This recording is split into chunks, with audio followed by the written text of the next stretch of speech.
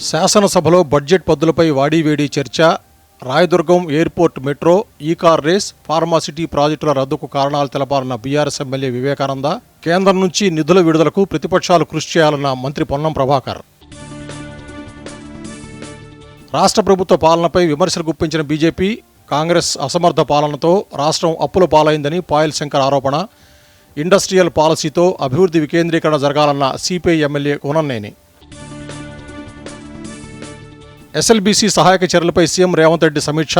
Rescue operation కొనసాగించాలని ముఖ్యమంత్రి నిర్ణయం. పర్యవేక్షణకు సీనియర్ ఐఏఎస్ అధికారి శివశంకర్ను నియమించాలని ఆదేశం. ఫోన్ ట్యాపింగ్ కేసులో కీలక పరిణామం. సుప్రీంకోర్టులో శ్రవణరావుకు ఊరట. అరెస్ట్ నుంచి రక్షణ కల్పిస్తూ ఆదేశాలు. జస్టిస్ యశ్వంత్ వర్మ ఇంట్లో నోట్ల కట్టల ఘటనపై ఆందోళన వ్యక్తం చేసిన రాజ్యసభ చైర్మన్. ఇలాంటి ఘటనలు పునరావృతం కాకూడదన్న జన్దీప్ ధన్కర్. న్యాయమూర్తిని తాత్కాలికంగా విధుల నుంచి తప్పించిన ఢిల్లీ హైకోర్టు.